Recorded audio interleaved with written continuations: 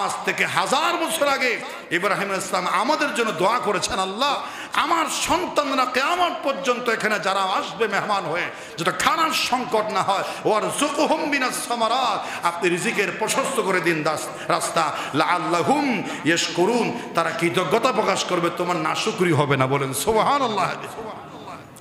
এবং তিনি আরো দোয়া করলেন, রব্বি জাআলনি মুকিমাস সালাত, আল্লাহ তাআলা আমার সন্তানকে, ওয়া মিন যুররিয়াতি, আমাকে নামাজি বানাও, ওয়া মিন যুররিয়াতি, আমার পরিবারকে নামাজি বানাও, আমার সন্তানদেরকে নামাজি বানাও, আল্লাহ তাআলা আমার পরিবার আমার সন্তানগুলোকে নামাজের পাবন্দি বানিয়ে দাও। সুবহানাল্লাহ। আমরা নামাজি হওয়ার জন্য দোয়া করছেন কে? ইব্রাহিম আলাইহিস সালাম। আপনারা জানেন, খাবার যখন শেষ হয়ে গেল, হযরতে হাজরা আলাইহিস সালাম দৌড়াদৌড়ি শুরু করেছেন। স্তনে পানি নাই, দুধ নাই, জিহ্বা শুকিয়ে গেছে, জিহ্বা বের করে দুধের শিশু মাত্র 6 মাসের ইসমাইল ইসলামের গালের ভিতরে হাজরা ইসলাম জিহ্বা ঢুকাই দিয়েছে। স্যাপ নাই, থুতু নাই, লালা নাই, স্তনে দুধ নাই, খাবার মশকে পানি নাই, দৌড়াদৌড়ি শুরু হয়ে গেছে, কান্নাকারি শুরু হয়ে গেছে। আর দাঁড়িয়ে চিন্তা করছে, আল্লাহ আমার দুধের বাসাকে আমি বাঁচাইতে পারবো না। তখন তিনি দাঁড়িয়েছিলেন সাফা পাহাড়ের উপরে। মারোয়া পাহাড়ে তার মনে হলো মারোয়া পাহাড়ের চূড়ায় হয়তো পানি আছে, আমার সন্তানকে বাঁচাতে হবে। পাগলিনী দিল এক দৌড় মারোয়া পাহাড়ে, সেখানে গিয়ে দেখে সেগুলো পানি নয়, এগুলো মরিচিকা, এগুলো বালুর উপরে সূর্যের তাপ পড়েছে, এগুলো জ্বলছে। মনে হচ্ছে আবার সেই মনে হচ্ছে আমি যেই জায়গা থেকে এসেছি সেখানে পানি দেখা যাচ্ছে। এইভাবে করে দৌড়েছেন কয়বার? 7 বার দৌড়াচ্ছেন। কয়বার? সিজদায় পড়ে কাঁদতেছে, আল্লাহ আমার সন্তানকে কি বাঁচাতে পারবো না? আল্লাহ রাব্বুল আলামিন জিবরাইলকে পাঠিয়ে দিয়া তারে গায়েবী আওয়াজ শোনালেন, লা তাখাফুদ দাইআ ইন্না হাযা বাইতুল্লাহ ইয়াবনি হাযাল গুলাম ওয়া আবুহু ওয়া ইন্নাল্লাহা লা ইয়াদউ আহলাহু। গায়েবী আওয়াজ দিলেন জিবরাইল, এ হাজেরা আল্লাহর দাসী বান্দি, এইভাবে আর সিজদায় পড়ে সন্তানের জন্য কেঁদো না। তুমি জানো না এই সন্তান আজ পানির পিপাসায় মরবে না, এই সন্তানকে তুমি চিনো না, তোমাদেরকে আল্লাহ পাক খাওয়ার যন্ত্রণায় মারবেন না। ইন্না হাযা বাইতুল্লাহ, এখানে আল্লাহর ঘর নির্মিত হবে, সেই ঘরের সাহায্য করবে এই সন্তান, আর মিস্ত্রির দায়িত্ব পালন করবে তার পিতা। সুবহানাল্লাহ বলে। সুতরাং এই ঘরের সাহায্য সন্তান করবেন, মরবে না।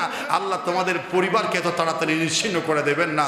হাজরা আলাইহিস সালাম তখন শান্ত হলেন। কিছুক্ষণের ভিতর দেখতে পেলেন যে হাজরা তার সন্তান ইসমাইলের পায়ের এরকম গোছার তলার দিয়া বাড়ি মারতে মারতে পানির ফোয়ারা সৃষ্টি হয়েছে, যার নাম জমজম। জুড়ে বলেন সুবহানাল্লাহ। জমজম শব্দটা এসেছে, এটা হচ্ছে সেই বিদেশি শব্দ। পানি এমনভাবে ঢেউ এসেছে, চতুর্দিকে পানি হয়ে যাচ্ছে। হাজরা আলাইহিস সালাম বলেছেন, জমজম, থাম থাম। যদি সেদিন হাজরা জমজম শব্দ না বলতেন, সেই জমজম কূপের পানিতে সারা বিশ্ব ডুবে যেত। বলে সুবহানাল্লাহ। আল্লাহ নবীর স্ত্রীর নিষেধে সেদিন জমজম থেমে গিয়েছিল।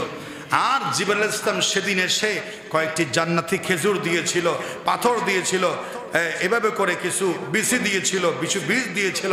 সেখানে তারা এগুলো ছড়িয়ে দিলেন। কিছুদিন পর সেখানে যখন পানি উঠলো, একটা চতুর্দিকে পাথরের ঘেরাও করে দিলেন। তারপর সেখানে ব্যবসায়ী কাফেলা গেল। ব্যবসায়ী কাফেলা সেখানে পানি দেখে কীভাবে বুঝলো? অনেক দূর থেকে দেখে একটা জায়গায় কিছু পাখি উড়াউড়ি করতেছে।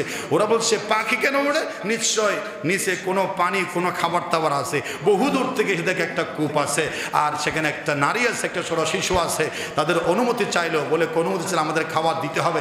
একটা বসবাস শুরু হয়ে গেল, জুরহাম গোত্র সেখানে বসবাস শুরু হয়ে গেল। সেই জুরহাম গোত্রের সাথে ইসমাইল আলাইহিস সালামের বিয়ে হলো। একটা বিয়ে হলো, সেই মেয়েটা ভালো ছিল না। সেই মেয়েটা কি ছিল না? ভালো ছিল না। ইব্রাহিম আলাইহিস সালাম দেখতে গেছে পুত্রবধূ, সেই সময় ইসমাইল আলাইহিস সালাম ছিল না। জিজ্ঞেস করছে, মা তুমি কেমন আছো? মা তখন ওই ইসমাইল আলাইহিস সালামের স্ত্রী বলছেন, ভালো নেই, খুব কষ্টে আছি। নুন আনলে পান্তা পোড়ায়, একটা সালাম দিল না, একটু শুকরিয়া আদায় করলো না, একটু কদর করলো না, নাশুকরি করলো। ইব্রাহিম আলাইহিস সালাম পুত্রবধূর কথা শুনে কষ্টে পেলেন। এ তো আমার সন্তানের জন্য পুত্রর বধূটা তো আমার পছন্দ হয় নাই। বলছে, মা আমি চলে যাচ্ছি, আমার সন্তান আসলে বলিও গড়ের চৌকাটটা ভালো নয়, এটা যেন চেঞ্জ করে ফেলে। বলেন সুবহানাল্লাহ। তখন ইসমাইল ইসলাম যখন আসছেন বলছে একটা বুড়া এসেছিল নাকি আপনার বাবা, সব কথা বলেছি, এই সেই যাওয়ার সময় একটা কথা আপনাকে বলতে বলেছে যে সৌকতটা নাকি বালা নয়, পাল্টাতে বলেছে। ইসমাইল ইসলাম বলেছে হতচ্ছাড়ি, আমার গর্বিত পিতা জাতির পিতা ইব্রাহিম তুই চিনলি না, সম্মান করলি না, কদর করলি না, তোর ব্যবহারে আমার বাবা খুশি হয় নাই, আর সৌকত পাল্টাতে বলে নাই, তোরে পাল্টাতে বলেছে, একসাথে 3 তালাক। আল্লাহু আকবার। যা তোরে আমি তালাক দিয়ে দিলাম। কোন স্ত্রীকে যদি বাবা না চায়, দিনদারির অভাব, বেয়াদবির কারণে, অশালীন নর্তকী নাইস্য করার কারণে, বেইজ্জত নারী হওয়ার কারণে কোন পিতামাতা যদি সন্তানের পুত্রকে বউকে তালাক দিতে বলে, তাহলে অবশ্যই তাকে তালাক দিতে হবে, যদি যুক্তিসঙ্গত ধর্মীয় কারণ হয়। এটা ইব্রাহিমের জীবন থেকে পাওয়া যায়। বলেন সুবহানাল্লাহ। সময় তো শেষ, ইনশাআল্লাহ আজিজ।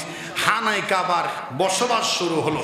এরপরে বসবাস শুরু হওয়ার পরে কি হলো না হলো, জমজম কূপ, এই সে খানায়ে কাবা নির্মাণের ইতিহাস ইনশাআল্লাহ আমরা আগামী 7 শুনবো ইনশাআল্লাহ। আল্লাহ কবুল করুক।